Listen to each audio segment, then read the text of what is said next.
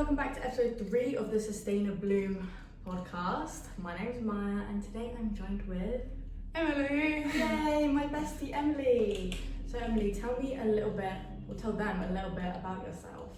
Oh yeah, so I'm 21 and I'd say I've been interested in the environment for about like 5 or 6 years now. I first was interested in the environment at 15. I kind of started making a few changes to my life. And then I'd say I kind of have slightly lost touch with the whole eco thing, but I recently kind of got back into it and the whole way through I've been eco and I have things in my life I probably will never change, which I'm sure we'll talk about. Yeah. So why did you even start? Yeah.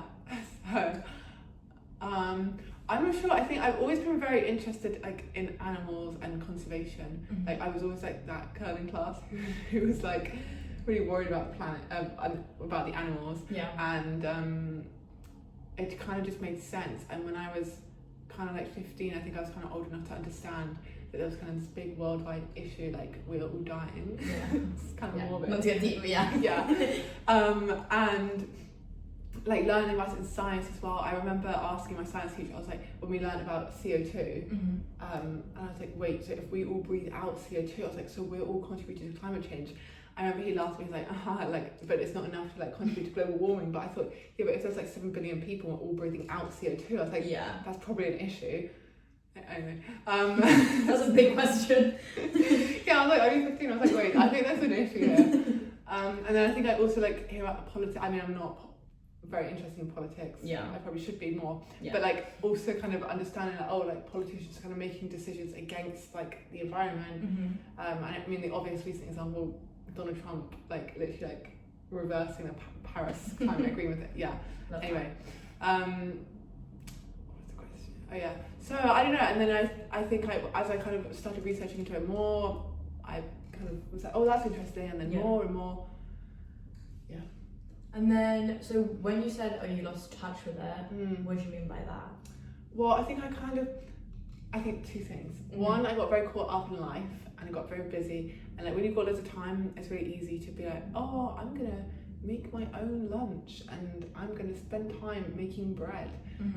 Whereas when you kind of actually have a bit more to do, there's not enough time. Yeah. And two, I think it's very much that when you feel not everyone is doing things, when it's just me, okay, I'm not going to use plastic bags, it's and then everyone in the street is using plastic bags, it's what's the point? Yeah, it's I might as well just use one because what's one going to do? Yeah. But every action does make a difference, but sometimes it is a little bit demotivating. I think it kind of just got to a point where I was I don't know, I've kind of put so much effort in, I'm not seeing it, the world is still dying.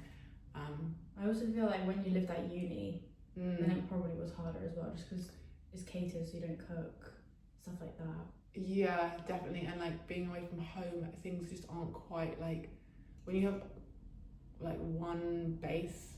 For context for your listeners, I was going home at the weekend and then coming back to uni in the week, and it just kind of constantly moving around. It's just sometimes you don't remember your bamboo toothbrush, and then it's all a bit of a faff. Yeah. So and just uni life in general, I think kind of creates, or so uni life is just very consumption heavy. Yeah.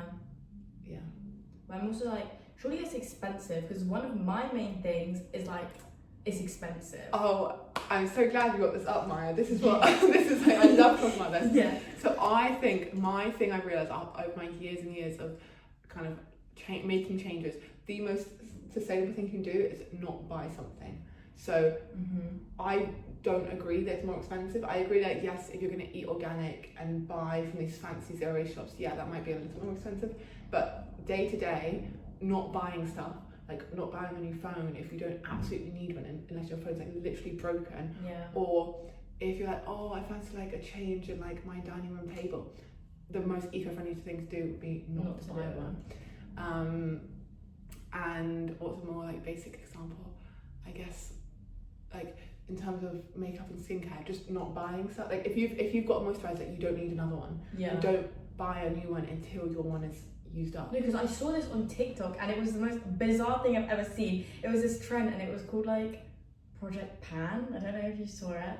And then it was literally people being like, oh, I'm gonna use my product until like it reaches the pan, and it was a whole trend. And that to me is bizarre because I'm the type of person who like cuts it up and then gets everyone else's scoop out of it. And people are just getting everything and letting it go to waste and then like forgetting about it. And that to me I thought was bizarre. Yeah, I don't know, it is interesting, like sometimes when you research things and like the ways that people do things differently, and like how some people think it's like really normal to have like 5, 6, 7 mascaras. Yeah. Like I literally have, well, I have 2. I have a brown one and a black one. And I just don't know why I would buy any more. Yeah. Unless one like wasn't working or one was finished. Yeah. So yeah, but then there is the argument that sometimes it is more expensive, but I think the savings you would make not buying stuff makes sense. So I would never buy a plastic water bottle like drink. Yeah. And at one point I would never buy a bag of crisps. So if you think about that, like someone else might buy a bag of crisps and a water bottle every week. So every week I'm saving, I don't know what, £3-4. Yeah. And then some people do like every day.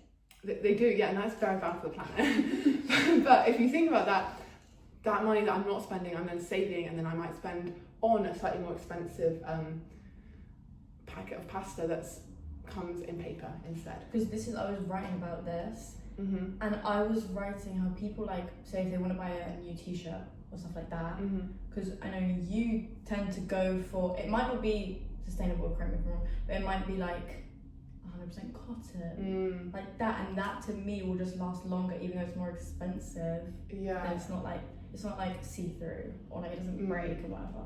Yeah, no. So my friends have made fun of me before for normalising £21 t-shirts, but it is crazy. Yeah, yeah, I guess it is. But to me, like that t-shirt that we're talking about in particular, my favourite is like a plain white t-shirt. It's 100% cotton. It came from a carbon neutral company in plastic free packaging. Where's that from? So, let me plug the. It's called Organic Basics. Is the company.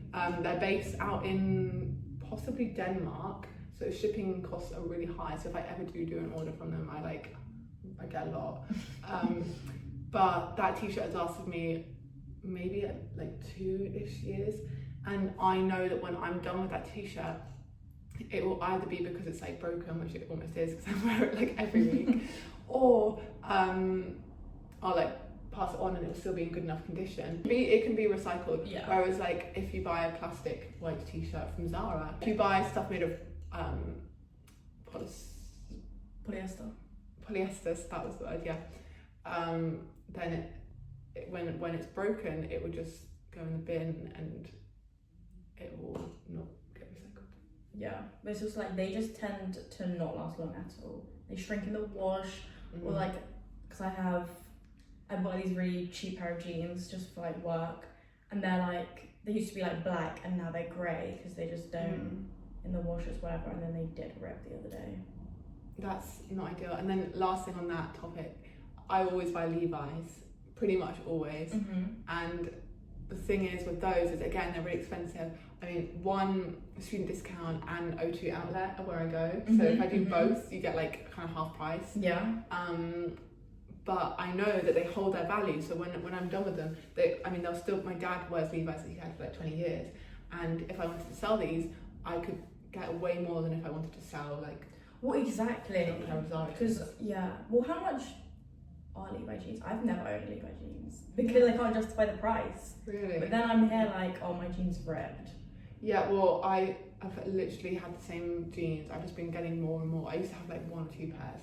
I think now I have about 5 or 6 in different colours and cuts. And now to the point where I'm like, I don't need any more jeans. Right. Like, I'm not going to buy any unless I get rid of some or they break. Yeah. About £100. And that's without discount? Yeah, without the discount. But if you go to the O2 outlet and you use a student discount, maybe it's 50. And to be fair, that's kind of standard for jeans. It kind of is. Or you could buy secondhand jeans on Vinted. I do that sometimes. So why don't you buy secondhand Levi's? Well, jeans are just very hard to buy, I find, online. Yeah, that is true. And to clothes in general, I think sometimes I order stuff on Vinted to be eco-friendly and to be sustainable, and it just isn't. Because I buy a lot of tops from Vinted, like most of my tops are from Vinted, But trousers I have a really hard time because I've got quite short legs. So then it's just like the proportions never fit. That's a good point. And I do think vintage is such a great idea, but unless you know, like I know for Gymshark stuff, I know a medium top. Yeah. And often a medium leggings. But then other things, I'm trying to think of a brand. Like Zara. Sometimes I'm a medium, sometimes I'm a large. Yeah. And it's just too risky. It is. Whereas like you need, or like Brandy Melville's good because if it's oversized, I know it will fit me. If it's like a fitted thing, it won't fit me. So yeah, that's what I don't like about brands. But about the one where you got your white t-shirt from, is the sizing pretty standard for them? Yeah, I mean my mum did buy me something there for Christmas and it didn't really fit. But I would say in general, but that was kind of like a fitted top, and the sleeves were just, I don't know, they were just like too short, they were up here. And I could have worn it, but I'm funny about sleeves being like long enough that you can kind of hold the sleeve. But yeah, I do like the company, and I'm trying to think what else I bought from there. I've got the same white t-shirt but in black and grey, and I've got the classic like hoodie jumper they've got. I got my mum the same one in navy. Do they do trousers on there? Yeah, they do like all sorts, and they actually do leggings are made of polyester. But I've got Organic Basics do it, and other companies do it too, where you can get cotton leggings, and I really want to try them. But they're less likely to bobble as well. Yeah, I just don't know. I don't know how sweat would like absorb. They're meant to be like really breathable, so maybe it would be. Oh, they're gym leggings. Yeah. Oh. Like workout leggings, but they're made of cotton. I don't know. I'll try them and I'll get back to you. Well, yeah, because I'm also like, I find leggings are so hard to buy because they're always see-through. Not Gymshark. Gymshark's good. Are they eco-friendly? Not really, but I are buying from Gymshark. I'd say I know they have good quality stuff, so I know that I can resell that. So like recently I had some Gymshark stuff that I was kind of bored of, and I've like sold it on, and it's still like perfect. Like there's nothing wrong with it. Yeah. It really lasts well. So to me, I can kind of justify it. I'm not going to go out and buy like 100 things, but you know, I've got black leggings. To be fair, actually, I only wear my black leggings. I've also got a navy pair. I've got a couple of different tops, and that's all you need. You don't need like some of those influencers who have like the rainbow of colours. That really annoys me. I mean, it's very. There's no way you need all that. No, it's very aesthetic to look at, but it's just. I mean, I think that also then makes people think like, oh, I need all the colours. Yeah. You don't. You don't. My sister actually texted me, this is irrelevant, but she texted me this morning being like, oh, I just stole your Gymshark shorts, which I got on Vinted. I haven't even worn them, and she had stolen them. Wow. Well, so here you are, your host's already implementing my suggestions. Oh, Vinted have loads of Gymshark. Yeah, Vinted is, because I think it's because it's that age group, isn't it? It's like... Do you sell on Vinted? Yeah, I have. I've been pretty successful. Some things don't really sell too well, but I'd say I've maybe like £200 on Vinted. Is that good? And I've got a whole pile, like a massive shelf of stuff I'm going to do. So next week is Easter, and the Easter holidays I'm going to upload it all. But the past like 6 weeks, I've been like shoving things in there. Well, the only thing with Vinted is that like you have to make a pile, because then you put everything up in one go, and then you make sales like pretty much straight away, and then it dies down. Yeah, if you don't sell it straight away. Although I've got some stuff up there from my last round I did from a couple of months ago, and literally like 2 days ago someone made an offer on actually some Levi shorts that I put on there. Cheeky. Yeah, and I'm still actually waiting for them to come back to me. But well, I've got a whole load of things, and then I'm like, well, I'm not going to put them on now because some of them are in my family home, and then some of them are here. Yeah, I'm not about to make the journey just to post and get like £1 for it. No, exactly. I think I'm on holiday mode right now. That is a good feature, and I did have to turn it on when I was on holiday because someone bought something, and I was like, oh, I'm really sorry, like I'm actually away for 2 weeks. Yeah. So it's but they are good. Vinted. The only thing is then when they don't sell, I just can't be bothered to take them to the charity shop and then remove them off Vinted. Do you know what I mean? Yeah, and also like my mum and I were talking about it recently, like what do people do before Vinted? Like you just took everything to the charity shop and you didn't make any money. Even if you only made like £10 from like 10 t-shirts, it's like before there would be no even opportunity to make money from things. Well, car boot sales. Yeah, I do need to get myself to a car boot sale. I've heard good things about them. Me and Anna were talking about it this morning, because I was like, when I move out, I'm gonna have all these pots and pans that I'm not really gonna need for like another however long until I actually move out proper, and then I'll probably get a little bit nicer ones. Yeah. So I was like, I'm gonna have to go to a car boot and make some money. Yeah, so again, that's another way to be eco-friendly. Take your stuff To a car boot. Yeah, get some extra cash and then spend that money on eco-friendly products, which I think we'll talk about in the next episode. Oh my god, that's what a crazy transition. So, okay, cool. Anything else you want to add? No, just I just and one sorry. Yeah, go on. My favourite quote I'll leave everyone with. Okay. I can't remember where I heard it. So credit to whoever the owner is. Okay. I didn't think of this myself. Okay. Every penny you spend is a vote towards the world you want to see. Aww. So if you spend all your money on plastic products, you're voting with your money that you want to see more of those, because supply and demand. Yeah. Whereas if you spend all your money on toy trains, for example, you're voting towards seeing a world full of toy trains. That is true. And I'll leave you with that thought. That's a lovely thought. Thanks. Alright, thank you so much for joining me for this episode. That's And then we'll actually be back. in episode 4. 4. Oh my goodness. And then we'll talk about your favourite product. Oh, I'm so excited. Yay! Okay, bye.